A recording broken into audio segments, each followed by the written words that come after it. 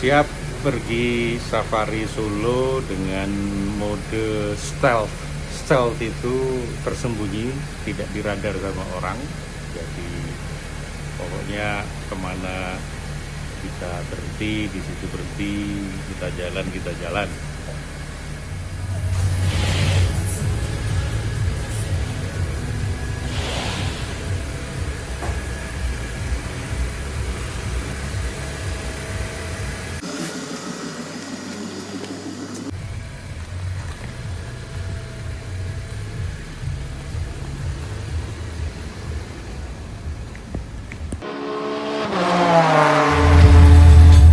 Hai Umar, ini abah tua keliling-keliling kota, keliling kota-kota ke arah Jawa Tengah sendirian, gak ada siapa-siapa. Nah, ada yang nemenin ini lagunya.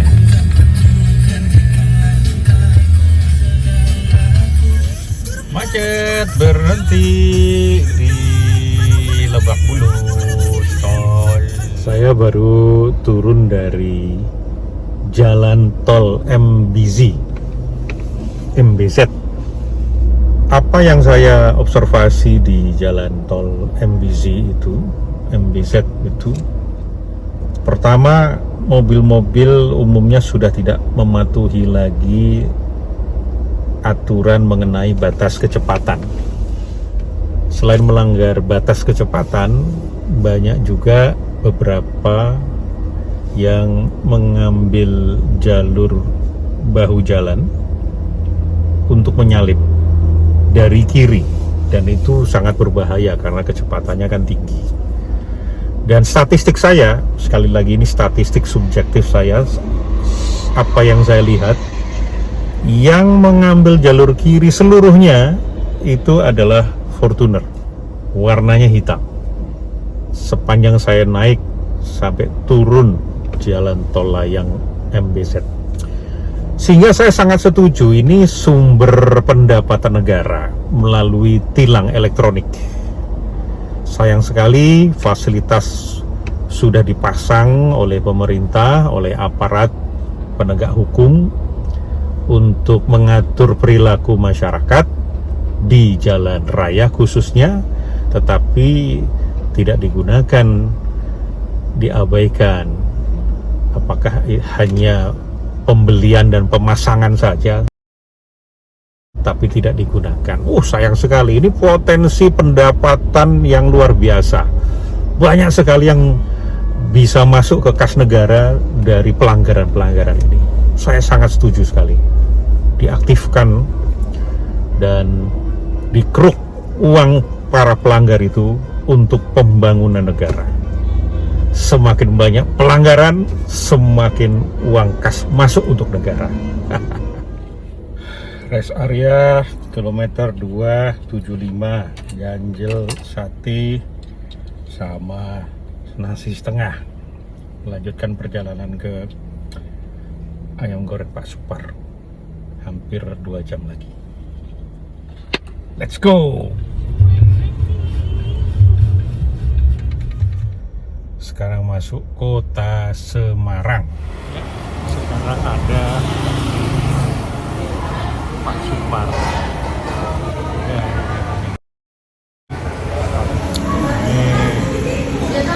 Foto-foto kayaknya sendiri dulu karena kan sanggup kalau sendiri. Kasih peti. Ini Spiegel, ini hotelnya seberang-seberangan.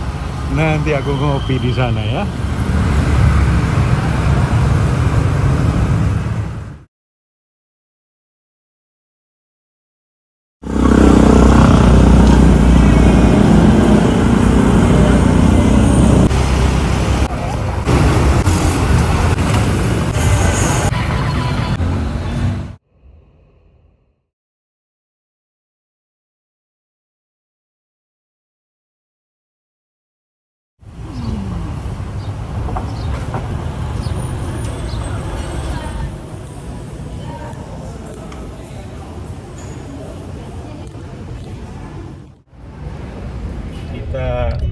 beranjak dari Semarang menuju ke Solo.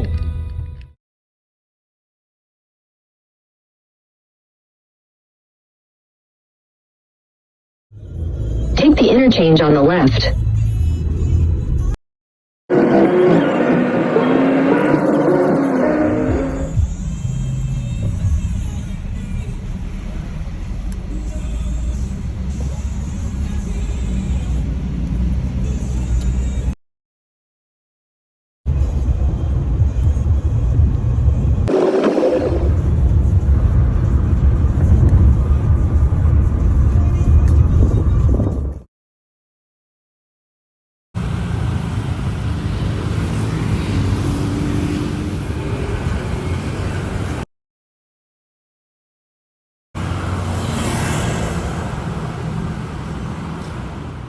Masuk pengadilan dulu, ganti sama yang ada saja.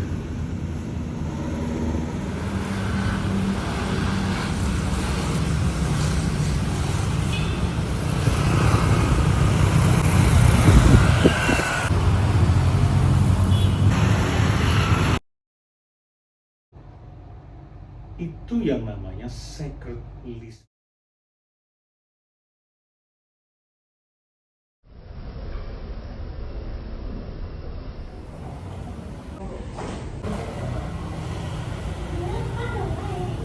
Sekarang ke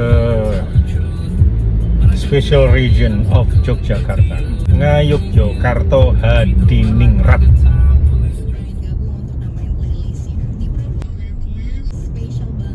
Ini perjalanan jauh kan, dari Jakarta ke beberapa kota.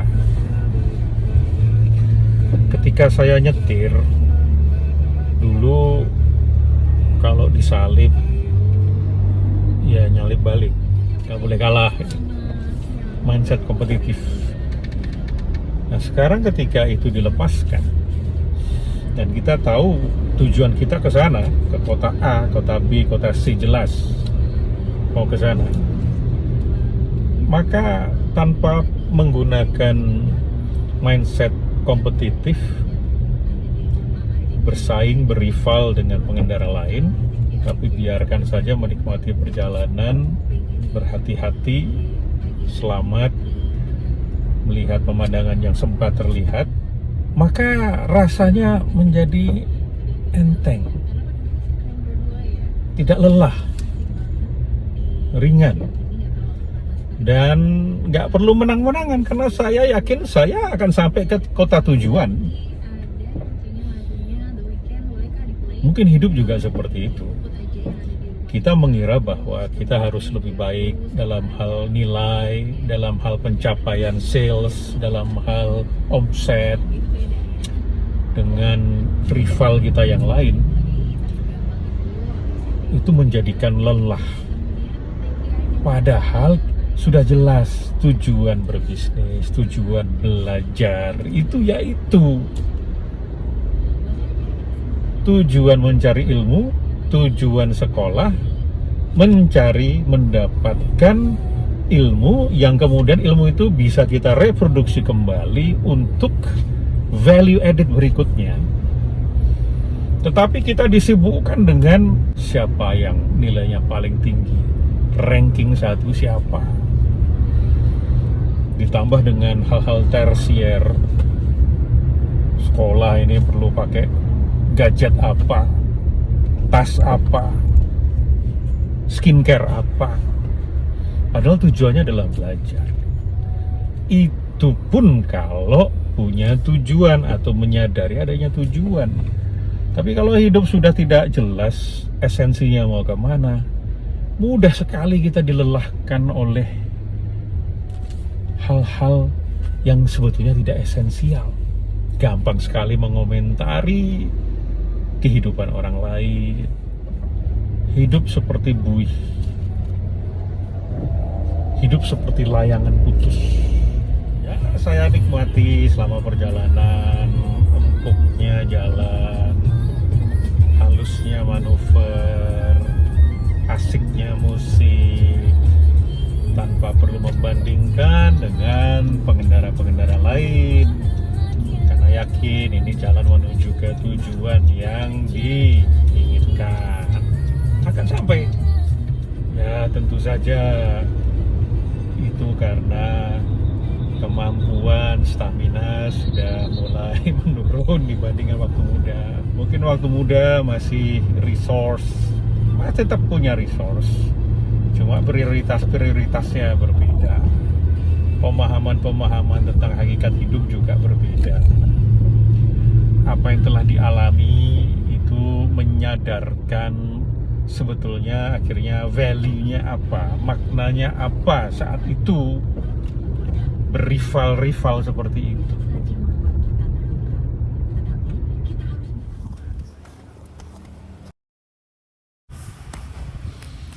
Assalamualaikum Bapak. Alhamdulillah ketemu lagi.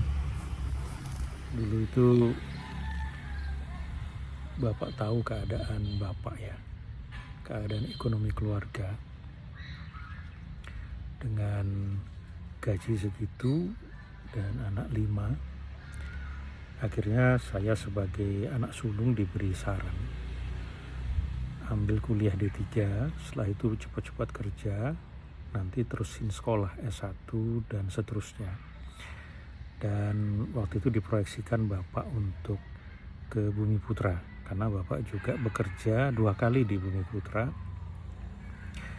sehingga waktu itu dikasih saran karena Bumi Putra itu sangat royal dalam mengembangkan orang, menyekolahkan orang, maka kalau bisa nanti disekolahkan oleh Bumi Putra.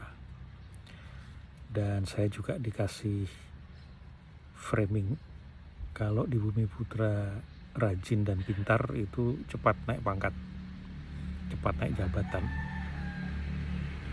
Akhirnya betul,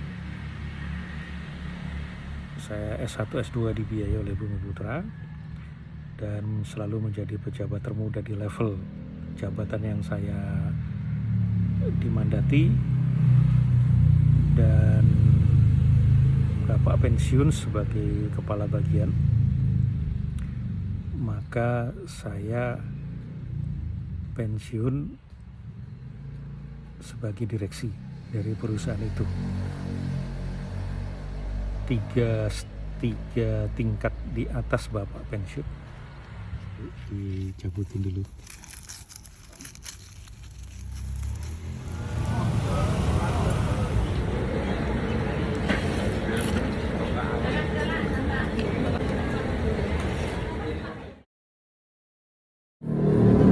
Di kantor ya menjalani aja sekarang, tapi kan kembali lagi ke awal ya, kerja itu kan adalah ibadah,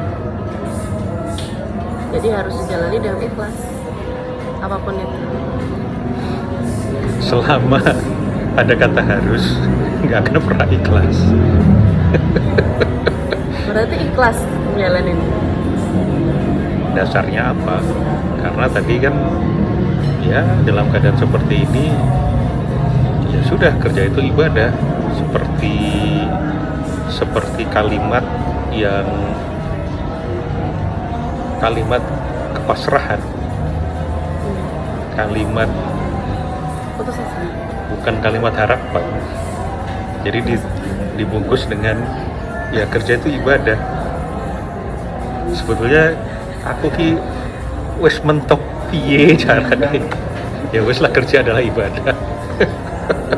Gitu ya. Padahal kalau kerja ibadah itu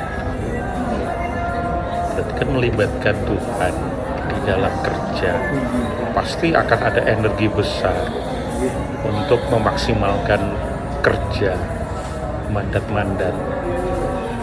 Biasanya kalau kerja adalah ibadah, justru performanya bagus. Totalitas ya. Totalitas.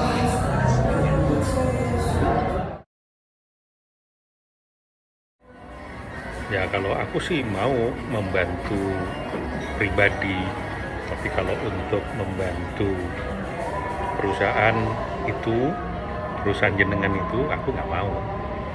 Setelah melihat latar-latar sebelumnya dan tahu permasalahannya.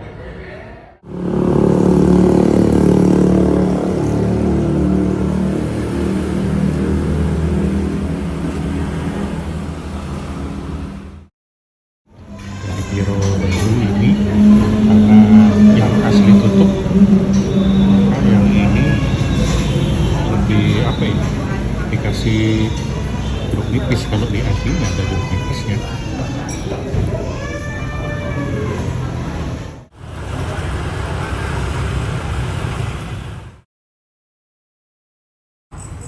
Ini seperti Coca-Cola dan Pepsi, sebelah-sebelah Alfamart dan Indomaret. Ini depan atau belakang? Ini udah Udah. kena kan? Ya udah, tinggal di ini aja. Ini kok gini? Oh, ini Ini kebalik ya? ini. Enak, hangat.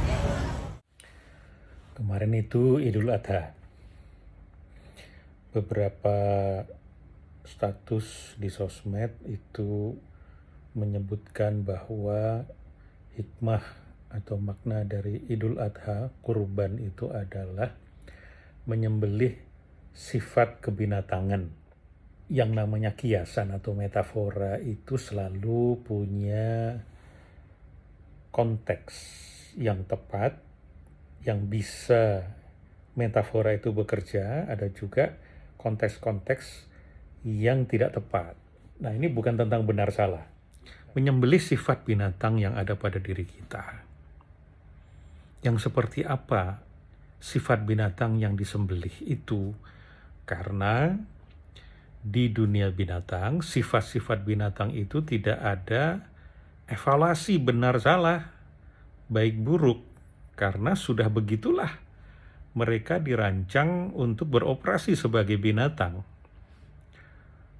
Tamak, binatang mana yang tamak?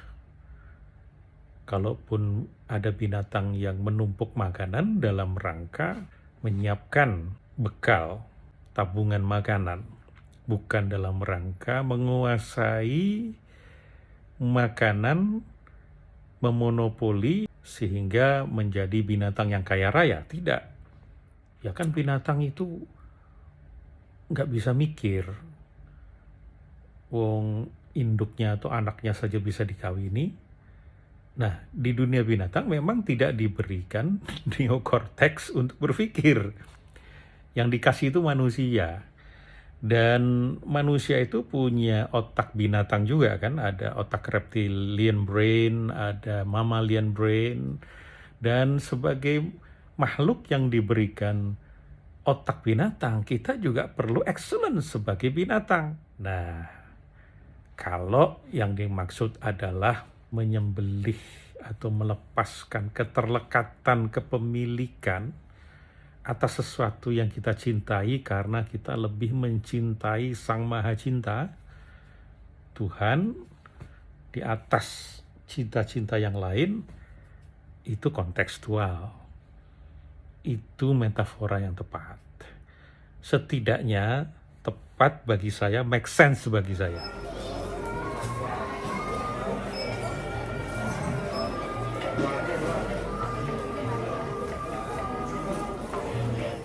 UMKM itu tidak bisa naik kelas karena sikap mental yang gimana tuh? Ya satu, mereka wis nyaman terus ngene wae sisa kok tuk duit gitu. Ada pelatihan di Semarang gitu. Mereka tuh pulang dari sana tuh bukannya dijalankan, bukannya berbagi, bukannya gimana di lingkungan. Ya mereka karena ke sana itu kan dibiayain, iya. Dapat uang saku, iya. Amplop dulu mas. Nah terus jalan-jalan kan mas. Jadi lupa misinya apa ke sana tuh selali, tujuannya apa selali. Ini yang dikirim apa? Orang-orang pelaku UMKM. Pelaku UMKM. Jadi bukannya nyari ilmu untuk diterapkan mengembangkan usahanya, tapi keenaan di fasilitasnya itu. Betul. Berarti kesenangan jangka pendek ya? Itu. Dan itu banyak banget. Contoh kalau orang Cina itu kalau makin ngetop kan dia standar kualitasnya tetap, bahkan makin enak. Kalau orang kita nih kan dia mau delengir, udah enak lupa dia. Kunduran truk. Kemunduran truk gitu ya? Nah, orang itu kecelakaan kunduran truk mau. Kunduran Padet tuh berarti truk mundur buat itu. Dia kena truk mundur. Mhm. Bahasa Indonesianya apa? Nggak ada. Mau diartikan kayak apa artinya berbeda dengan bahasa Indonesia. Kayak derawasi tadi. Derawasi tadi tuh apa ya? Membahayakan. Membahayakan. Mak penduduk tuh. Mak penduduk tuh tiba-tiba Mak tiba-tiba kan ujuk-ujuk. tiba-tiba ujuk-ujuk nongol secara tiba-tiba. Nah, Iya, iya. mak Bener. penduduk ya. Mak penduduk. Kaget tapi mak penduduk tuh kita kaget loh. Pakai kaget loh. Ada unsur kagetnya di sana. Betul.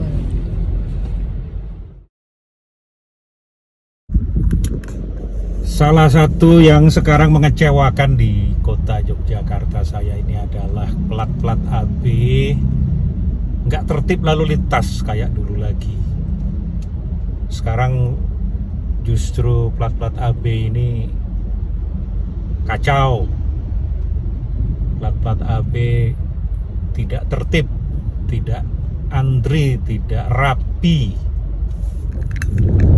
Ini plat AB yang melanggar marka nggak boleh belok tapi tetap belok. Plat-plat AB ya. Udah nggak kayak 10-20 tahun lalu. Kenapa? Tingkat kesopanannya itu. Karena kan sekarang disewa banyak orang. Oh. Contoh. Jadi nggak mesti itu orang Jogja Nggak asli. mesti. Soalnya kan dulu kan plat AB itu mesti rapi. Betul. Kalau yang blingsatan itu mesti plat B Betul. atau mana kan. Sekarang tuh plat Betul. AB itu langsung begini.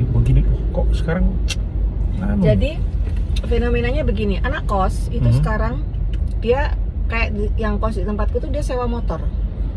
Bisa mingguan, bisa bulanan, bahkan bisa 1 tahun. Dibanding dia beli gitu loh. Itu yang pertama. Yang kedua mobil juga begitu. Anak kos yang notabene dia lebih menengah ke atas gitu daripada dia beli, dia disewakan mobil oleh orang tuanya. Atau orang yang dinas di sini itu kan banyak banget nih, seminggu 2 minggu atau apapun lah, diklat atau apa. Belum lagi sekarang kalau misalnya rombongan anak-anak yang pada traveling gitu, anak-anak muda yang traveling ini, mereka sewa. Karena temenku tuh kan punya kayak gitu, aku tahu betul karena kadang-kadang kehabisan mobil tuh dia pasti telepon, mobilmu selora. Tapi itu menular ke orang asli Jogja nggak? Iya. Perilaku itu menular Iya. akhirnya. Akhirnya menular.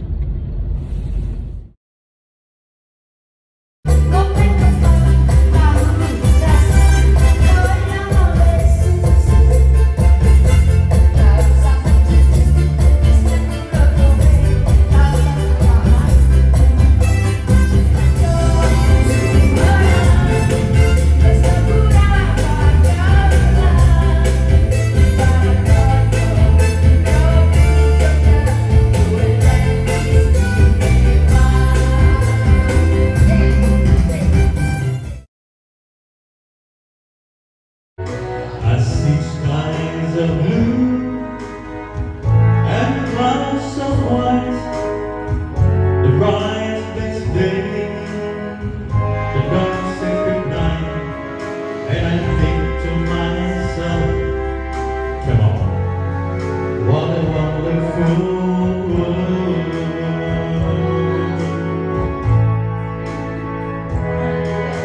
The towers on the rainbow, so pretty in the sky, are also dancing. I see friends shaking hands, saying how do you do. They can say I love you. I see babies cry, I watch them grow. They learn much more than I ever know, and I think to myself, what a wonderful world. Oh, yes, I think to myself.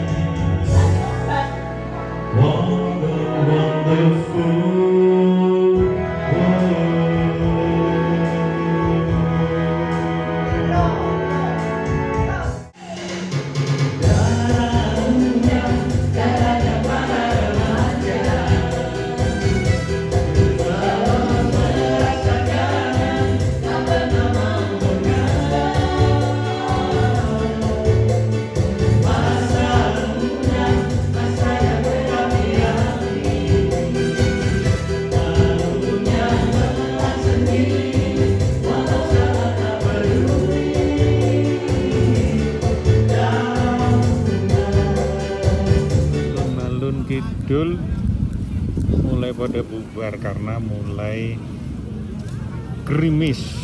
Sekarang jam 12.04.00, udah lewat tengah malam, jam 12:30 malam.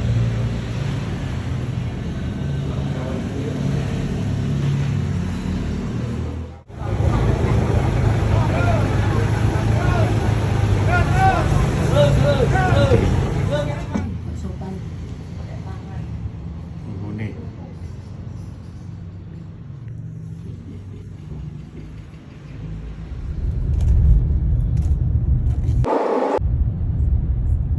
Ini adalah rumah tempat saya lahir. Nih, yang dijual ini nih, nomor 59. Ini rumah saya lahir.